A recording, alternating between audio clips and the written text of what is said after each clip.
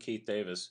This is a video presentation of my portfolio for the Masters of Educational Technology degree at the University of South Carolina in Aiken.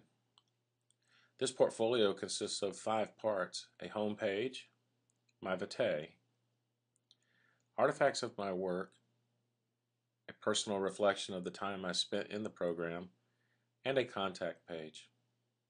You'll also see along the right side of the page that there is a sub-navigation menu that will allow you to explore some of the other work in my various classes and some links that are important to me.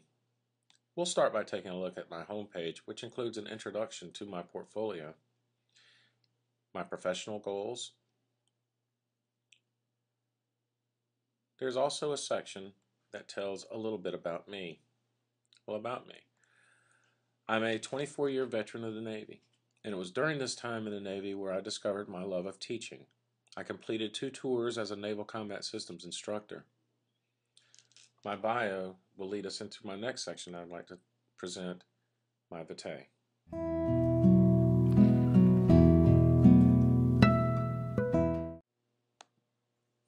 While I was in the Navy, I attended Southern Illinois University, where I earned a Bachelor's of Science in Workforce Education and Development. Next, I list my teaching experience. I currently teach Naval Junior Reserve Officer Training Corps, or NJROTC, at North Augusta High School. When I retired from the Navy in 2009, my last position I held was the senior instructor at the Center for Surface Combat Systems in Mayport, Florida. My vitae also lists my certifications and the courses I helped to develop. Now let's go into the artifacts section, which is a collection of some of the work that I completed while in the educational technology program.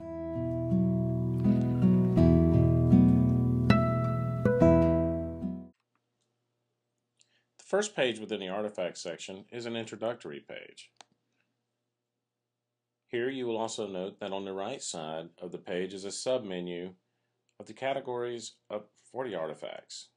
That's design, development, utilization, management, and evaluation. The first category in the artifacts section we will cover will be design. And the artifact that I would like to highlight in particular in this section would be artifact number 2.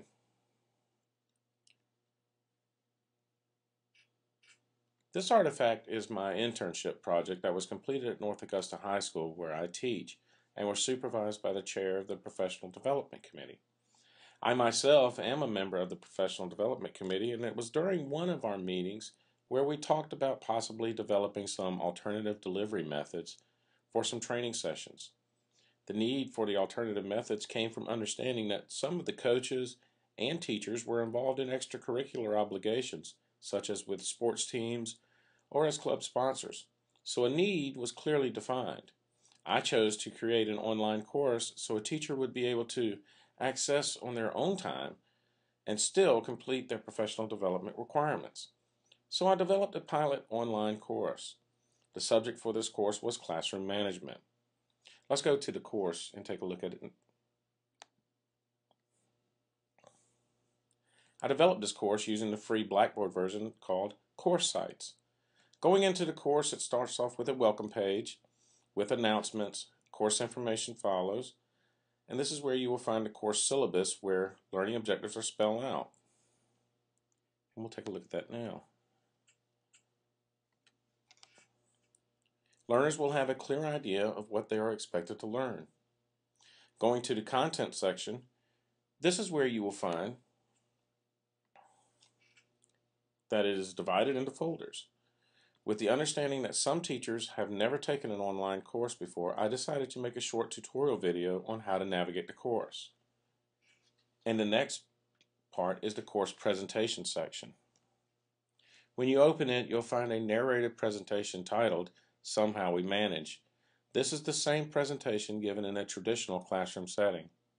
The last section of the content is a classroom management profile worksheet. Now this is a fun, quick survey so that someone can get an idea of what type of classroom management profile they are. You can determine whether you have an authoritarian, authoritative, a democratic, or laissez-faire style. The benefit of the classroom management topic is for peers to share ideas with each other and possibly pick up on new techniques. This is accomplished in the discussion board.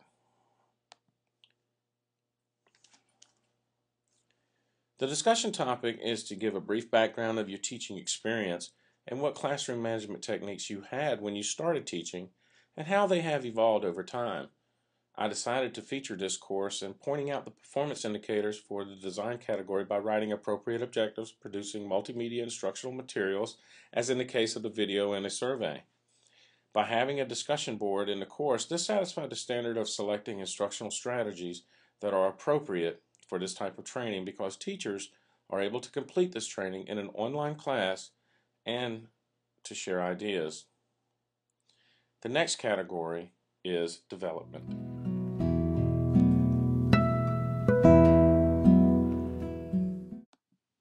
In the development section, I have 3 artifacts presented.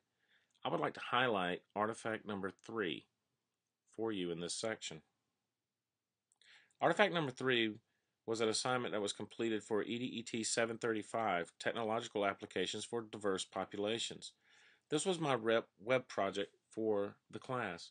It was a very interesting project, and I'd like to share some of what I learned. With that, we'll go to the web project itself. And in particular, we'll go to the rationale section. Before taking these classes, I thought that the one way to accommodate people that are deaf while watching videos was to use closed captioning. Closed captioning is good for someone who may have developed their hearing loss later in life, but if they were born deaf, then sign language was their primary language, and English to them is a second language. What I mean by this is that sign language, and particularly American Sign Language, doesn't share any syntax or grammar with the English language. In fact, it's more akin to spoken Japanese in its structure. I also learned that there was a definite performance gap as far as literacy levels are concerned. For people with hearing disabilities and those that are able to hear, in 17 to 18-year-olds, people that are deaf have a reading ability on average of only a 4th grader. This project highlighted technology being developed that will automatically translate the spoken word or text into sign language by use of an avatar. This is the rationale for this research. DePaul University seems to be taking the lead on this research. When we go over to the research section, we see that there are some research videos that highlight some of it. This video here is from IBM. This is the DePaul University.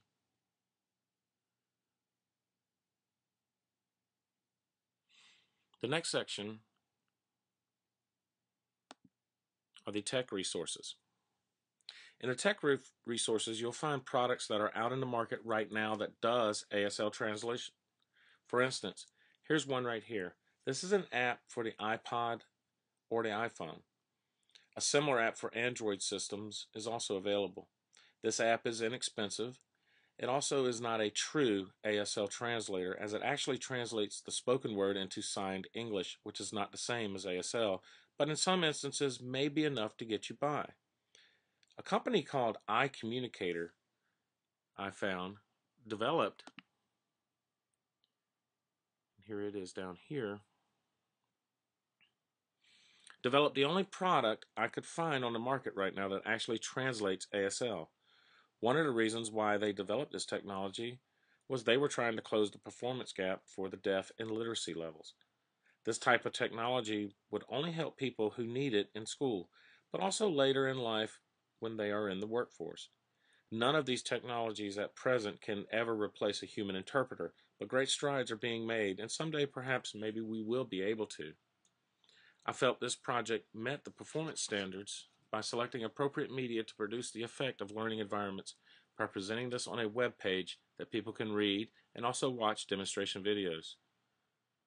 The next category in the artifact section is utilization.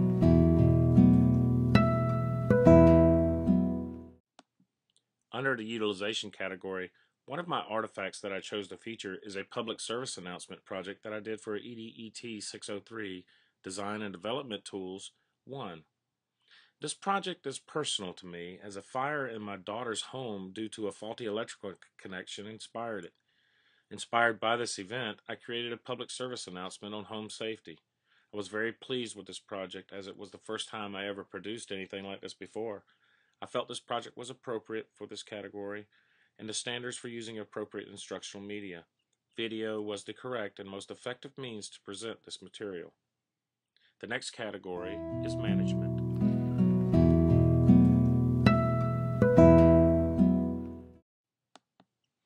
In the management category, I have two artifacts. The one I would like to expand on is artifact number 1, which was done for EDET 780, Research Seminar in Educational Technology during the May semester.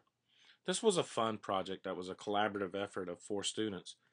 This is a very fast-paced course. We developed an online course for teachers to learn about copyright issues. We met every night via Skype, where we would discuss our course of action, and we would take and divide up the work. By doing this online meeting via Skype, we were able to keep track of what everyone did and make sure everyone had an equal part. The performance indicators that were met by applying project management techniques by meeting every day via Skype and with resource management techniques as we introduced the course in a school computer lab. We applied delivery system management by having the course piloted at the school where one of the team members teach. We also had guided discussions to manage the course. The final category under the artifact section is the evaluation category.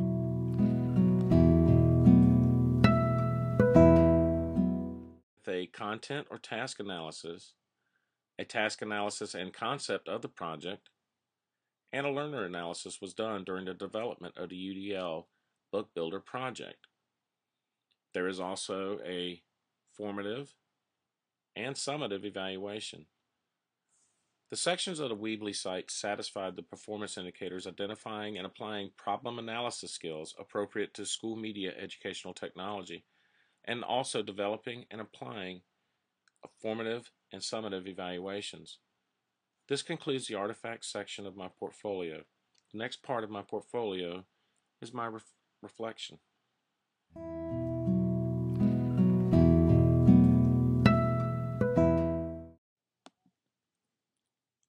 I've never really been one to talk too much about myself. Looking back over the past 2 years, it's hard to imagine how far I've come. I won't go too far into my reflection as I will let you read it. I am honored to have worked with great professionals, both my professors and classmates, and I could not have accomplished this milestone in my life without them. I thank them for being there for me. The last section of my portfolio is a simple contact page that someone can use to send me a message. Thank you for taking the time to watch this presentation and in your consideration of me as